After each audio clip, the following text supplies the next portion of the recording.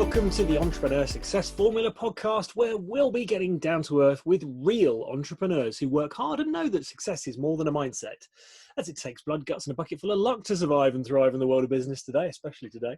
My name is Damien Mark Smith and I'm the author of the Entrepreneur Success Formula, How Thriving Business Owners Actually Do It, and the host for today's show. And I will be asking 10 quickfire questions to today's entrepreneurial guest, who is John Dashfield from Dashfield Coaching and Development, who offers a revolutionary approach to helping clients to consistently perform at their best, create sustainable success, and eliminate stress and its undesirable effects, which requires no techniques, practices, or methodology. So, John, welcome to the show. Hi, Damien. Good to be here. Thanks for the invitation. My absolute pleasure. As I say, I think we know the same people because you did the Super Coach Academy with Michael Neal, didn't you? I did. Excellent. Love Michael. For anyone who doesn't know who Michael Neal is, I'll put a link to some of his stuff in the show notes. So right, let's get cracking. We've got the 10 quickfire questions. So John, why did you start your business? When did you start it, and how did you get your first customer? Okay, started my first business in 1991. Why did I start it? Because I discovered after working for a decade in the corporate world that it just wasn't for me.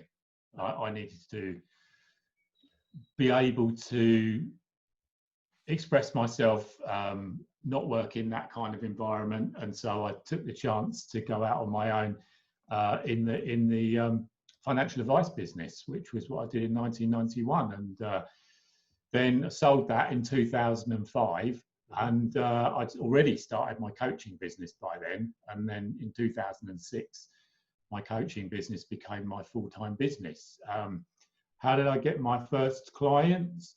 Referral. I find people, if you ask them, are incredibly willing to help you. So I still find that a great way of meeting new people to this very day. Love it. So financial advice, obviously, really important at the moment. The way I sort of read out your introduction, we both work in, coaching people around, the inside out, understanding how their thinking works. What has been the biggest mental challenge for you, knowing this, biggest mental challenge for you as an entrepreneur? To me, I was thinking about that, and I guess I call it letting go of the outcome. Nice. So it's very easy to be attached to the outcome of what you're up to, whether that be a particular goal in your business, like a financial goal, or you want to be a certain place at a certain time, or you're in front of a potential client.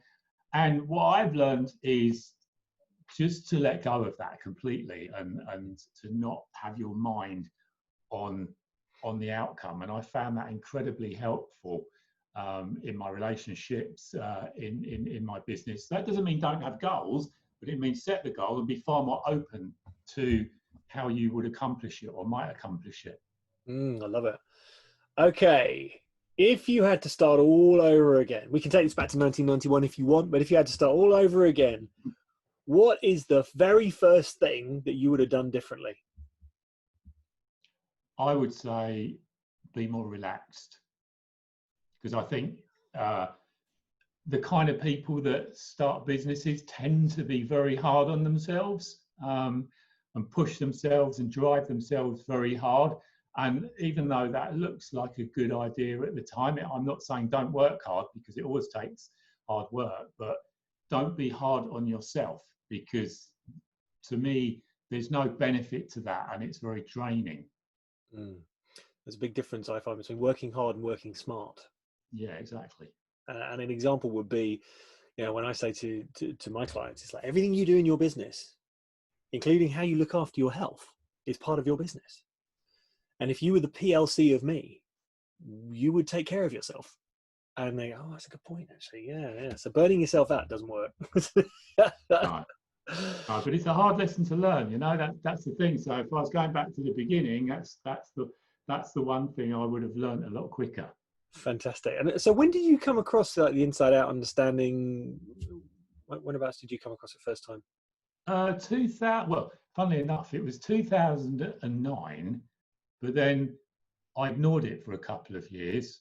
So it was really 2011 when I signed up for Michael Neal's Super Coach, because I'd kind of been in this NLP world prior to that, and Michael was in that world, and then he was making this sort of transition, if you like, to the world of the principles. And if you were around Michael at that time and it made sense to you, you kind of got pulled along with it, which is really what happened with me.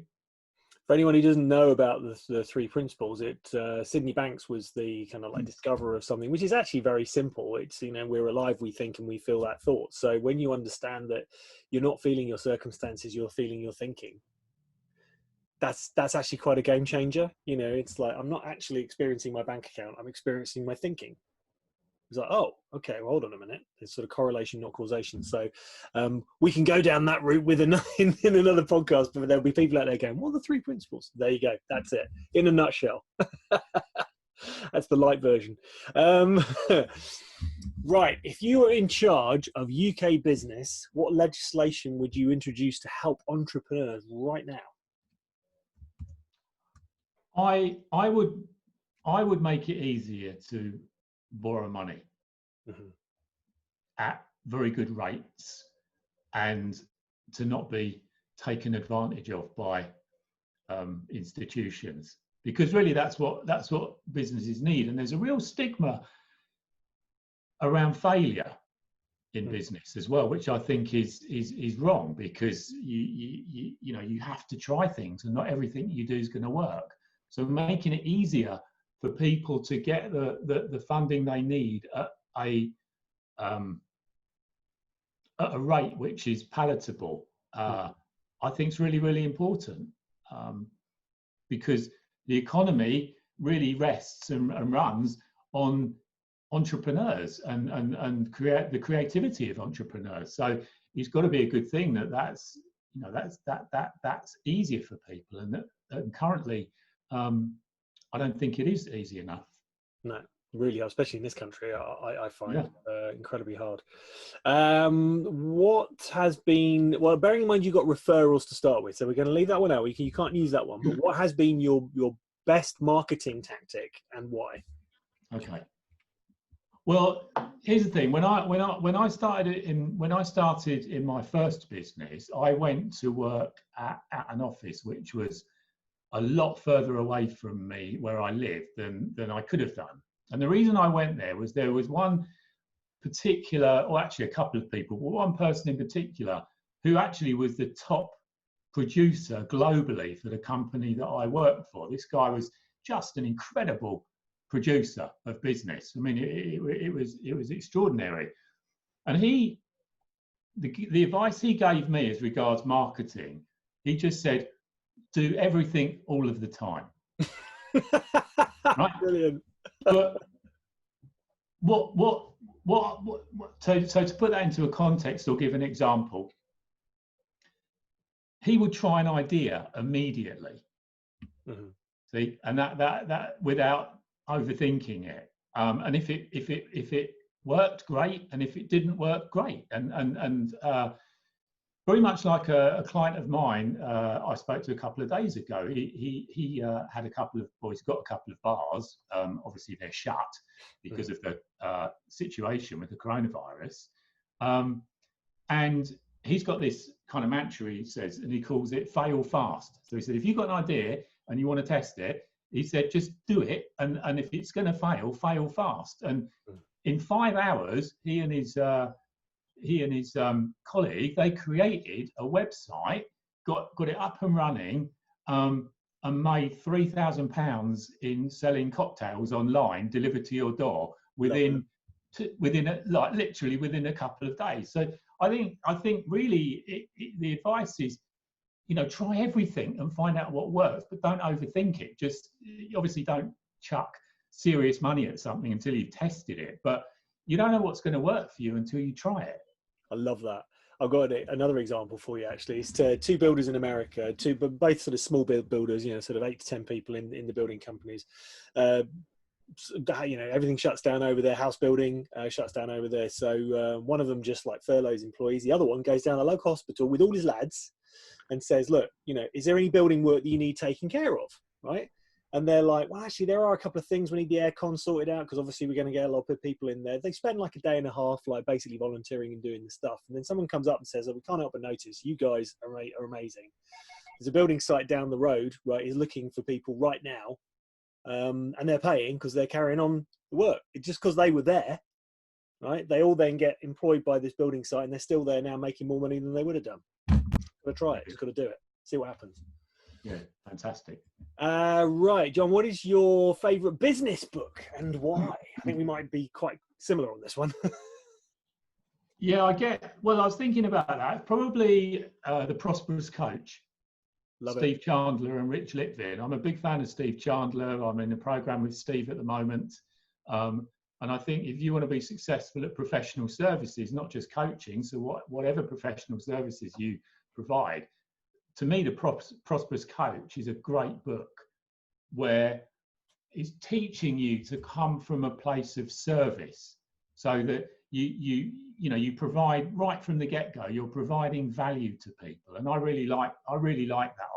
So you're not out there looking for sales. You're out there helping people, and as a result of helping people, not because that's your aim, but you're helping people, and it helps you in turn, and I love that. Fantastic. I've just held up for anyone who's watching this. This is another Steve Chandler book. I've just read it. Yeah, it's great. I love that book. And I love it. So I'm going to ask Steve to come on the show, I think. Thank you. What is your morning routine? I get up. For the last 15 odd years, I've made fresh green juice. So I juice things like kale, spinach, celery, cucumber. So I'm very, very healthy like that. I come out to my office, turn my computer on, have a bit of breakfast. Then I read for 20 minutes, half an hour, normally something sort of self-development. Quite often it's something spiritual. At the moment, I'm reading a book by Kellen Fluckinger. I've been reading David Hawkins. So what I'm doing is setting myself up mentally for the day ahead. So I don't want to literally get up and get straight into my phone or straight into my email or straight into any. I don't want to do that. So I think that setting yourself up for the day ahead is really important. I love it. That's really good. I love the juicing as well. That's great. Okay, this is a new question for you. What do you think the coaching industry will look like in 50 years from now? Wow, that's a good question. Well, I'd like to say it's all based in the inside out 3 principles of understanding. And we won't need them. We won't need coaches. Yeah. I mean, I really do. I believe that if people could have this understanding for themselves, then the level of well-being in the world would rise enormously, and we'd be living in a completely different world. 50 years, that's probably, hopefully, long enough for it to get some traction. I'm 100% with you on that one. Okay, what is your favourite movie, business and entrepreneurial movie, or a movie that is relevant to growing and owning and growing a business? And if someone to play you in the movie of your business, who would it be? Yeah, it's a great question. Now, I know the movie and I can't think of the name of it. It's on Netflix, and it's Dr. Dre, and it's about the and Jimmy Iovine. Now, if anyone, as you know, Dr. Dre's a rap artist or a hip hop artist, and Jimmy Iovine is a music producer. And they came up together with Beats headphones. Oh, yes. And there's a 3-part movie or series. I can't think of the name, so you might want to put it in. I'll put it in the show notes. Yeah, put it in the notes afterwards, because that is just brilliant. I've watched it several times, and it's like the story of those guys from being really young, and then coming through the music business, and then their entrepreneurship and the ideas they came up with. Loads of good footage in it, but it's a really absorbing film. And what I love is how Jimmy Iovine, you know, these guys are worth like $750 million each. You know, they've made serious money, and yet Jimmy Iovine, he's very humble. You know, he's not afraid to learn. I mean, he's not got an ego. You know, he's very open, and I love that. If the name comes to me before we finish, I'll tell you. But if not, we'll stick it in the show notes, because I think everyone's going to be listening. Going, I want to watch that one. Yeah. Fantastic. And who would play you in the starring role in your own movie? Who would play me? Well, I'd have to say probably have to be George Clooney. Brilliant. Because I mean, he's the only one who's really up to my level of looks. So, or Brad Pitt, you know. I love it. Right. Finally, what are your plans for expansion or indeed exit? Now, obviously, you know, you and I come from the same. Is that we'll carry on doing this and getting paid for not, you know, to not do it if need be. Not paid to not do it. No, not get paid to do it. What are your plans for expansion until the day you die? What are you doing? Yeah, well, I've got some really interesting projects on the go. So I'm doing some digital stuff. So the coaching that I do a lot of work in financial services. So I'm sort of digitalizing some of the work that I do specifically for that market, which is going on at the moment. I've got a project, I can't name the company, but there's a business that I'm doing some work for, big financial services companies. So we're rolling that out to train and coach their advisors. I've got a load of one-to-one work on. I've got another book in me because I've written one book. I've written two books actually, but I've got another one that I want to write. So if it interests me and I feel energy around it, then I'll do it. I mean, I'll share one story which I really like, and you might know this one, but back in the day when I was doing NLP, I trained with some of my training was with Richard Bandler and Paul McKenna. Mm-hmm. And Richard, I remember Richard telling a story about Paul McKenna, and he said, you know, he'd go out to dinner with Paul McKenna, and he said you could never speak to Paul McKenna because Paul McKenna's always on the phone, like speaking to someone. And Richard said, if I actually wanted to talk to Paul, if I was out to dinner with him, I'd actually go to the gents and phone him from there. He said that's the way I'd get to talk to him. But he said what was interesting was that if he got an idea, Paul McKenna, he'd literally be on it straight away, like my client with the website and the cocktails. You know, yeah. they'd be on it straight away. And another person like that is Jamie Oliver. I've heard stories about Jamie where he gets an idea and he's literally on it that moment. And that, you know, to me that's really important. And I tend to, if I get an idea, you know, I got an idea for a webinar last week, which I did earlier today. So I had 64 people on the webinar, but I didn't have that idea till the end of last week. Brilliant. So the idea comes, and if I like it, I'll run with it. And sometimes the ideas fizzle out. Yeah. I love that. It's great. I was telling a client today about happy accidents. He said, yeah, if you keep an eye on where you're headed, right, the process is actually where you learn it all. Right? It's not where you're heading that actually makes a difference. Is you just keep an eye on that's the direction, but use the happy accidents that happen when you do the things. That's kind of the key to it. And she was, oh yeah, that's really useful.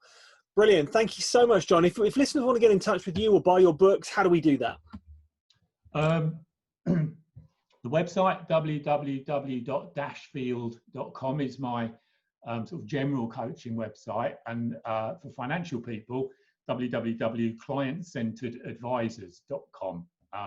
So it's the book is for the financial services industry. So that's available from the client-centered website.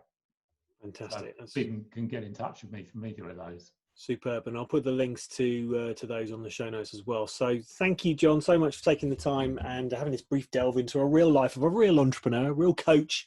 Can I ask that anyone listening to this can share this with anyone who they think also would interest to them and who works hard, and to like us on iTunes, subscribe on YouTube, as we're going out on both now.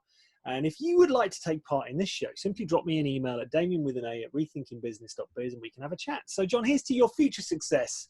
And thank you so much for taking part in the show. Yeah, thanks, Damien. Appreciate it. Good to see you. Good to see you.